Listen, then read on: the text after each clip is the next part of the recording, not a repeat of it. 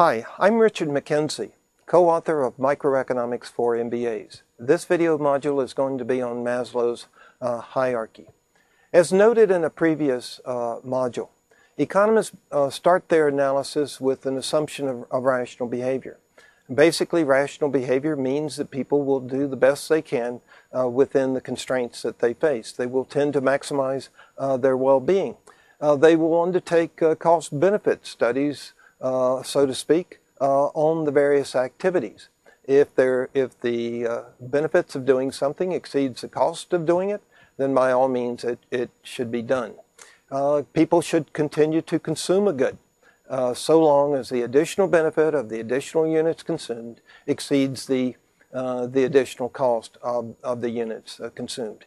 Indeed, people should continue to consume until the marginal benefit of the last unit consumed is equal to the marginal cost.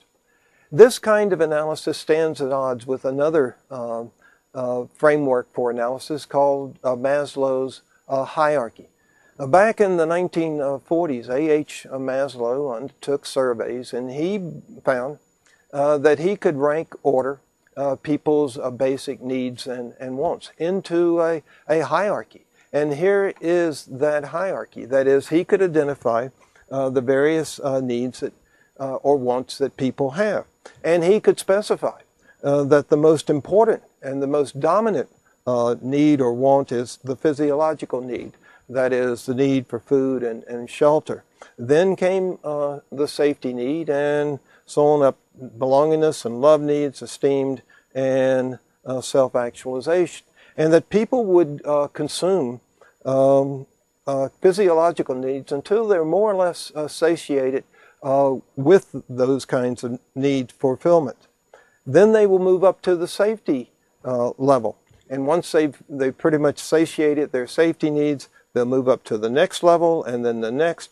And then, of course, if they have a great deal of resources, they will get up into self-actualization. I presume that means that they are involved in singing and dancing and writing poetry at that stage.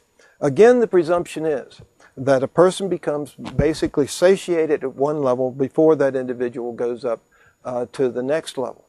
This stands at odds with the economist's presumption. The economists have no such ordering. A person can look at all of these various levels or kinds of needs and just ask, which one gives me the greatest satisfaction? The first unit. Well, it may very well be that a physiological need, some food, gives the greatest amount of satisfaction. Well, when does one stop consuming food? Well, they stop when, in fact, the marginal value of food declines to the point that the marginal value of a safety need is greater than the marginal value of the next unit of food. They will continue to consume safety until the marginal value of the safety need declines to where belongingness then becomes of greater value on the margin than the next unit of a safety need. Or for that matter, the individual can skip all of these and go all the way up to self-actualization, depending upon how valuable those needs are. And people can rank their needs differently. Maslow and his followers seem to present this hierarchy as if it descended from the gods from Mount Olympus, whereas in fact he basically undertook a survey in the 1940s, and this is what he came up with. And he surveyed just a limited number of people. I think it's under 50 people. Well, you can imagine that over the last 50-some years that people's ordering of wants and so forth have changed radically. But economists would also say that there's another problem with this analysis. That is, Maslow may have come up with this ordering simply because of the structure of prices of various needs at the time, or goods that could satisfy these needs. For example, we have here the demand for food. And no doubt people demand food, but why might Maslow have found that food demand was pretty much satiated in the late 1940s? Well, it could very well be that he found that people bought a great deal of food, and only because the price of food was low. If the price of food had been higher